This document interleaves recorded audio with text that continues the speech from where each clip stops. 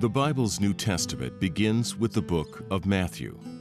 Like the three books after it, known as the Gospels, it tells of the birth, life, ministry, death, and resurrection of Jesus of Nazareth. Written in the latter half of the 1st century, many scholars and historians believe it was written by Matthew, one of the disciples of Jesus. Matthew was a tax collector in the area of Capernaum for the occupying Roman authority. Bible teacher Michael Card takes us on a journey to Israel, the land of the Bible, to explore the life, times, and words of Matthew, words that prove the identity of Jesus Christ as Messiah, and what that means to those who choose to follow him.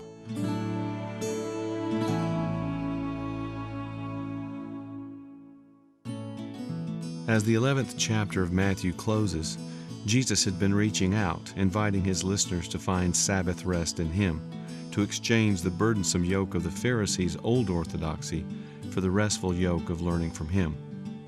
Among the rising crowds following and listening to Jesus was a small cross-section of Pharisees, looking for him to make mistakes and trying to hold Jesus accountable to their interpretation of the law.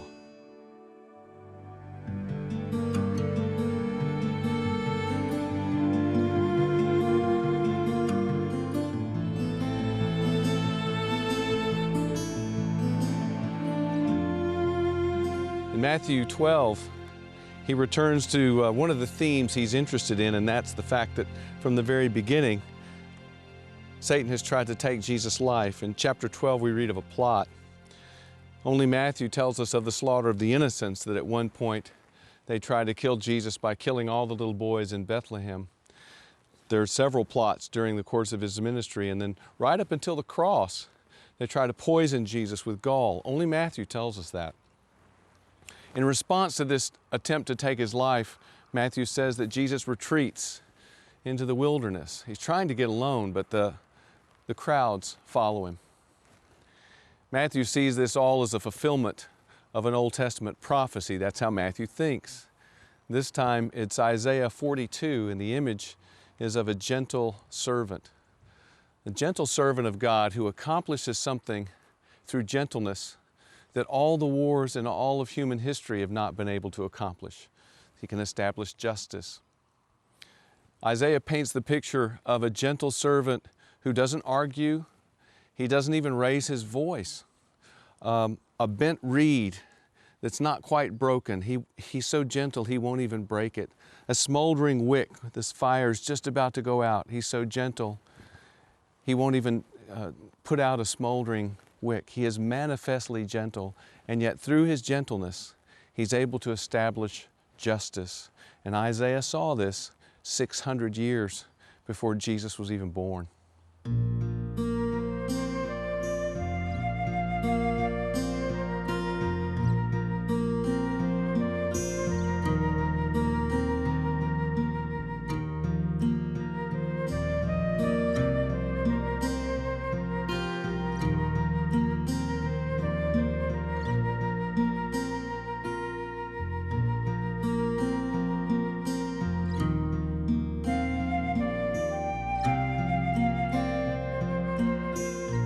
John the Baptist had been held in the Machaerus, one of Herod the Great's grim castle fortresses, on Antipas' orders.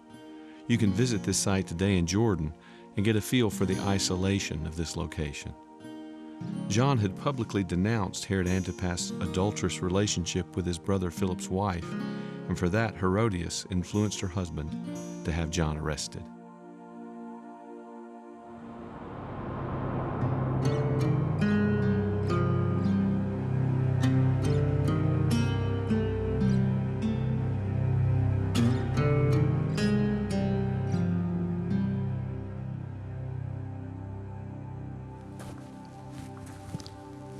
Chapter 14 of Matthew introduces another solitary period, or a time when Jesus is trying to find solitude. He's trying to get away from the mob. He's trying to get away from his disciples, but he can't seem to. Matthew uses this as an occasion to tell about the ludicrous death of John the Baptist. It's told as a flashback. Matthew tells us that Herod had arrested John, had him held in prison. Josephus tells us it's the Machaerus prison. Matthew tells of the banquet. It's Herod's birthday. Very Gentile idea to celebrate your birthday. The Jews at this point didn't do that. And during the banquet, his stepdaughter provides some, let's say, questionable entertainment. And Herod, in his stupor, promises her anything she wants. Her mother has told her to ask for the head of John the Baptist because her mom, Herodias, absolutely hates John. And so his life is ended in a bizarre way. His head chopped off, given to a dancing girl. And Jesus goes into the wilderness to mourn his cousin, but I also wonder if he's beginning to think about what's waiting for him in Jerusalem in just a few weeks.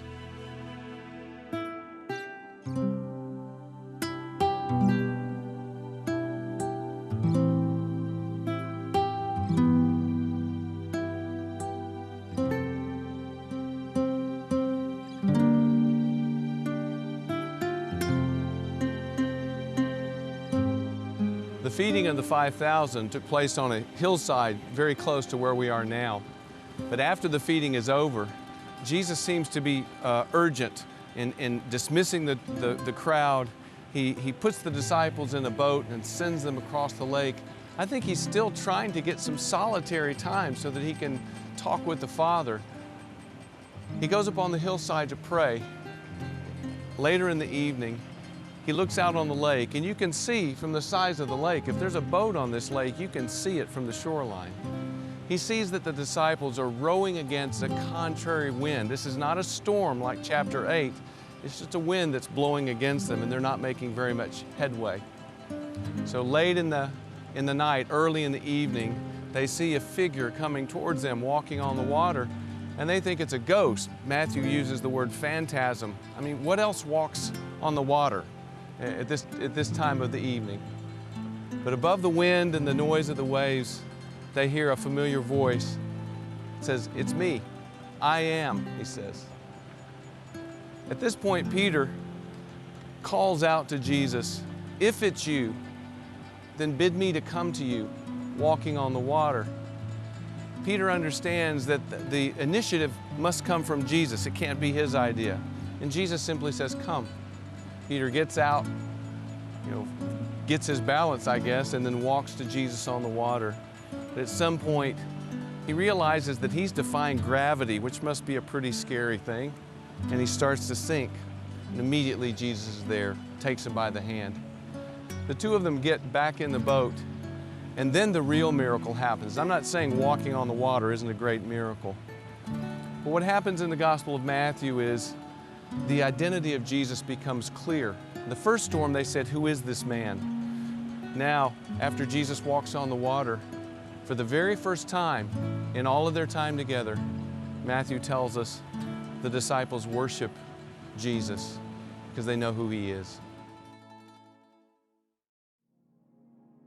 It doesn't just happen. You go out day after day, week after week, month after month. Discipline is necessary for physical and spiritual growth. Sometimes it feels great. Other times, it hurts. But you keep at it.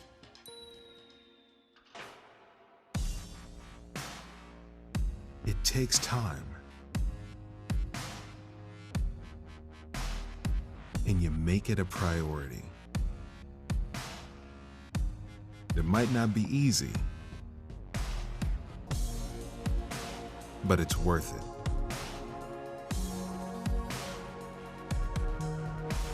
Our Daily Bread can help you connect with God daily. Visit odb.org/fitness to learn more.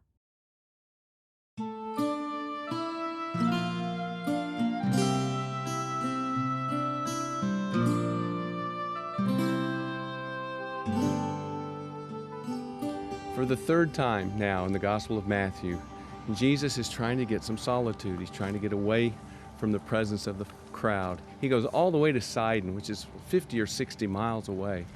Mark will tell us he's actually hiding up there. He's trying to keep his presence a secret. There he meets a woman, a Gentile woman, who Matthew describes as a Canaanite. And the Canaanites were the worst of Israel's enemies in the Old Testament. Now, the Gentiles aren't a part of the program currently. I mean, there's a place for the Gentiles in Jesus' plan, but it's not yet. But this woman, this Gentile woman, comes to Jesus asking for mercy. And if you know anything about Jesus, you know if someone asks for mercy, whether they're a part of the program or not, he's going to give it to them. At first he says, well, you know, it's not right to take the bread that belongs to the children and give it to their dogs. And this is almost universally misunderstood. People think Jesus is calling this woman a dog. Well, he's not. Jesus would never call a person a dog. He's making a parable. He's drawing an illustration from her world. Because Jews don't keep dogs. Dogs are seen as unclean. Gentiles do. Gentiles have little dogs in the house, pets. And that's the image that Jesus is drawing on. It's not right to take bread and throw it to the puppies, he says. Well, she engages Jesus' image. He says, well, Lord, it's okay if the puppies catch the crumbs that fall from the table. And Jesus is delighted, I think, by the response of this woman. He's delighted by her persistence. He's been trying to teach his disciples to be persistent for 3 years.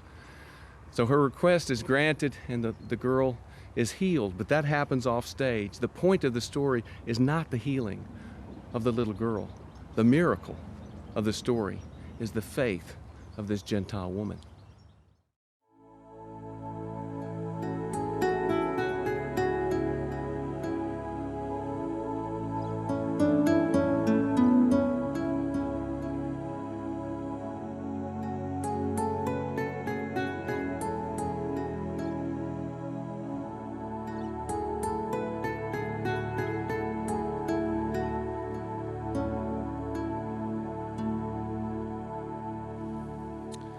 In all of the accounts, Peter's confession comes before the transfiguration. It's very important.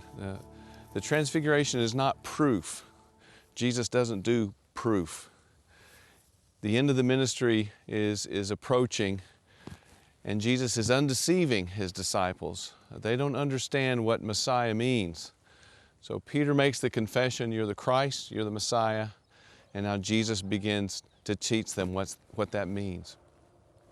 They go up on the mountain. He takes the three, Peter, James, and John, his core, and in their presence he becomes luminous. They get to see his true nature. And if you're going to really engage with this story, you have to understand that the context is fear. They are terrified. Peter says, Master, is it good for us to be here? Peter remembers his Old Testament. He knows that it's not good to be on top of a mountain with beings who are luminous. This kind of light can be very dangerous in the Old Testament. He volunteers to make 3 shelters. In the Gospel of Mark tells us that Peter didn't know what he was saying, so what he said was almost certainly the wrong thing to say. But at that point, God provides a cloud. And the cloud protects them. The cloud covers them. But very important, from the cloud comes the voice of God. He repeats the 2 things he said way back at the baptism. This is my beloved Son, and I'm delighted in him. But then he adds a new piece of information. He says, listen to him. There's an urgency. The time is growing short. They've got to get this. And so to the 3 who are so terrified in the presence of Jesus and Moses and Elijah, who are all so luminous, God urges these 3 men to listen to his Son. That's his identity, the beloved Son that God is delighted in, who needs to be listened to. On the way down the mountain, once more Jesus commands their silence. It is not that he's keeping his messiahship a secret, only that he knows he must first teach them what it means to be the Messiah. This he will try to do during their final 10-day to 2-week walk back down the Jordan Valley and up to Jerusalem, where the cross is waiting for him.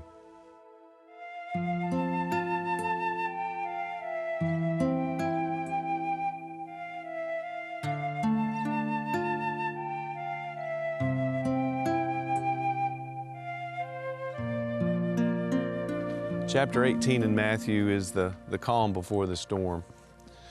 In 19, they'll leave this place, make their way down the Jordan Valley to Jerusalem and the cross that's waiting there for Jesus. So 18 is their last chance to hang out together in a familiar place, in Peter's house. And Jesus had been talking so much about the kingdom, the disciples asked him a sensible question: who's the greatest in the kingdom? From the very beginning, Jesus has presented it as an upside-down kingdom. In order to be rich, you let go of your wealth. In order to be wise, you embrace foolishness. And in order to be really mature, in order to be the greatest, you become a child. So he takes a child, I think it's probably one of Peter's children, he puts him in the midst of the disciples and points to the child. This is the example. This person is the greatest in the kingdom. Because a child knows they have nothing to promote themselves by. They're willing to ask for what they know they don't deserve, which is vital if you're going to be a part of Jesus' kingdom. Jesus aligns himself. He identifies himself with children. And because of that, children bear a concealed dignity in the kingdom, in the upside-down kingdom of Jesus.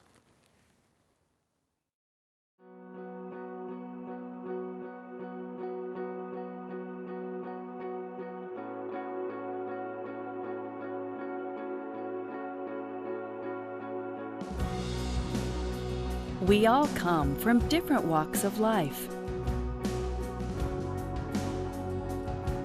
We all face different concerns.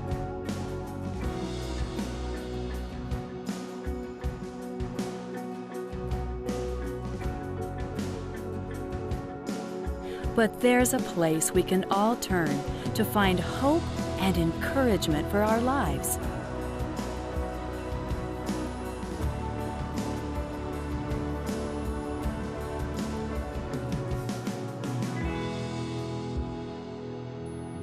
Take the time to know God with our daily bread.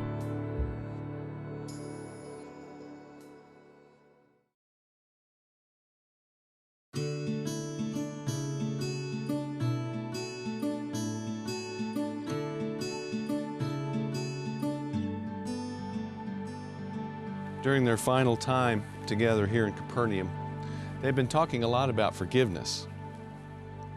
You can almost hear the wheels turning in Peter's mind. So at one point he turns to Jesus and says, well, how many times must I forgive my brother? 7 times? Now for Peter, that's a pretty generous number. Jesus responds, no, not 7 times, 70 times 7. Now that's an emotional number. Jesus isn't saying we should forgive our brother 490 times.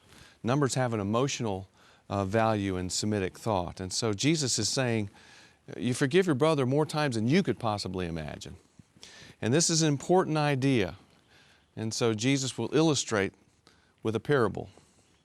There are 2 slaves. One slave owes his master 10,000 talents. Now that number has an emotional value. This is 60 million days' work. It's a debt he'll never be able to repay. The king calls him in and he falls down on his knees and he begs for more time to pay the debt off, this debt that he could never repay. And the king, in an incredible act of mercy, in an act of hesed, forgives, cancels the debt, so the slave is free. That same slave, in Jesus' parable, then finds one of his fellow slaves who owes him a very small amount, the equivalent of 100 days' work. And he strangles him and he throws him in prison, and he doesn't show mercy to his fellow slave. Whenever you're shown mercy in the Bible, the expectation is always that you'll reciprocate. You always show hesed if you've been shown hesed. Well, the king finds out about it, and boy, is he angry. He finds that slave that he had forgiven the great debt, and he throws him in prison, he castigates him, and he has a horrible punishment. And Jesus leaves Peter to think about this parable.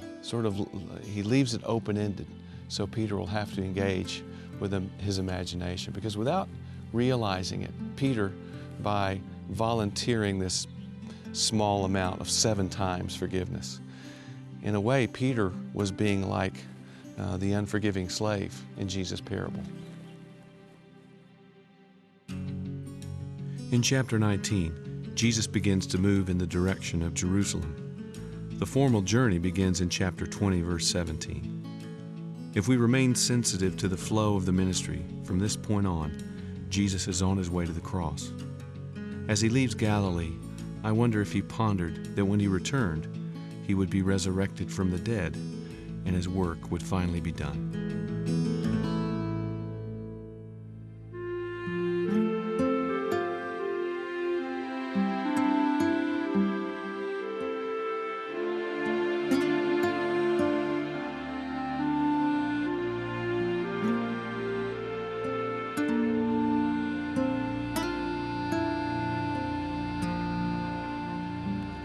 Chapter 19, they leave this place for good, and they make their way to Jerusalem.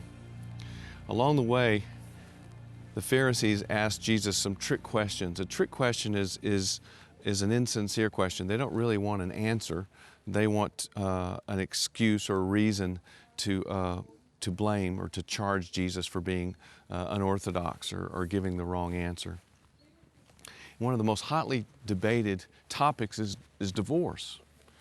And in rabbinics, at this point, there are two schools. There's Shammai, who's pretty severe, and he says the only reason for divorce is marital unfaithfulness, adultery. And then there's Hillel, who is usually a pretty gentle, reasonable rabbi. But Hillel's answer to the question is a man can divorce his wife for any reason, even if he doesn't like the meal she prepares for him. Jesus almost always sides with Hillel, but this is the one time on the issue of divorce that he sides with Shammai. Only for marital unfaithfulness will Jesus say a person can be divorced. But Jesus isn't drawn into the debate. Instead, and I really love this about him, he talks about what marriage is all about. He talks about the fact that God made them man and woman, Ish and Isha in Hebrew. They fit together, their names, man and woman, fit together. He talks about oneness, what God has put together, man can't separate. The two become one, he says. So he has a little discourse there on the unity of marriage. And that's where the discussion ends. What I find fascinating, however, is the very next scene in Matthew. We see Jesus holding children in his arms. And I think it's important to realize that after this discussion about divorce, the first thing Jesus does is find some children who are always the victims of divorce. He puts his hands on them and he holds them. And sometimes I wonder if he wanted to hold them as much as they wanted to be held by him.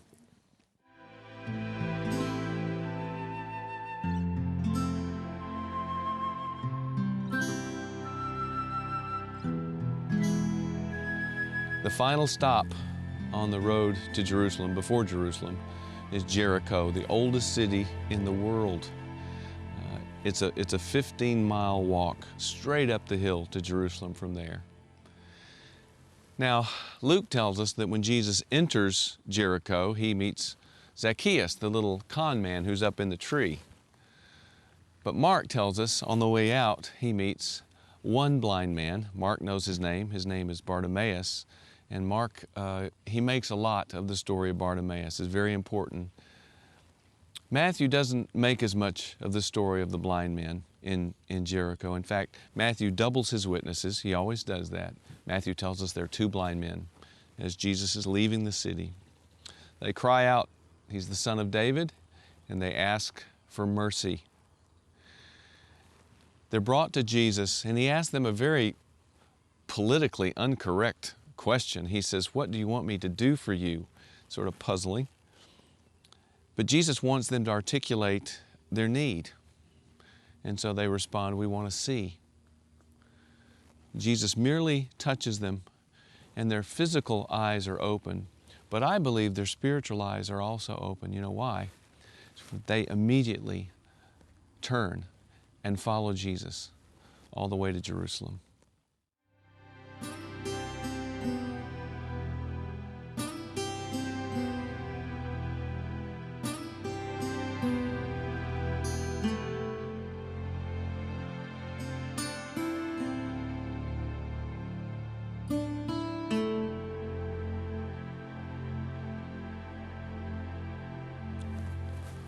All of the Gospels speak to us of the triumphal entry of Jesus coming into Jerusalem for that first day of Passion Week. But only Matthew explains this coming in terms of a prophecy. You know, Matthew loves to show that Jesus is the fulfillment of the Old Testament. It's Zechariah 9:9, which speaks of a gentle king coming on the foal of a donkey. Two key words: king, first of all, because Jesus is coming as a king, but also gentle, very important. Now, 30 years ago, when Jesus came, Matthew tells us the city was troubled. Now he tells us the city is stirred, because the way a king enters a city, the type of horse he's riding on when he enters the city, makes all the difference in the world. If Jesus were riding a war horse, the city would be in big trouble because he'd be coming in judgment. And in Revelation 6, that's exactly what we see, Jesus on a white war horse. But Zechariah tells us he's coming on the foal of a donkey, and it's a gentle king. He hasn't come to conquer, though he is a victorious king. He hasn't come to conquer. He's come to be conquered on that cross, because that is how he wins the victory.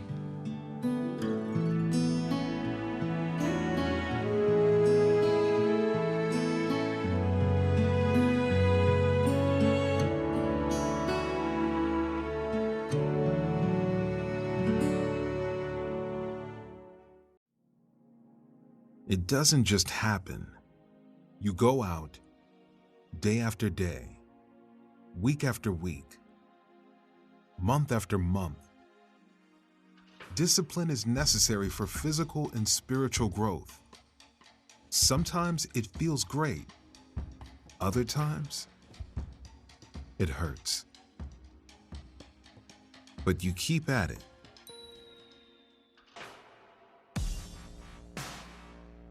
It takes time. And you make it a priority. It might not be easy, but it's worth it.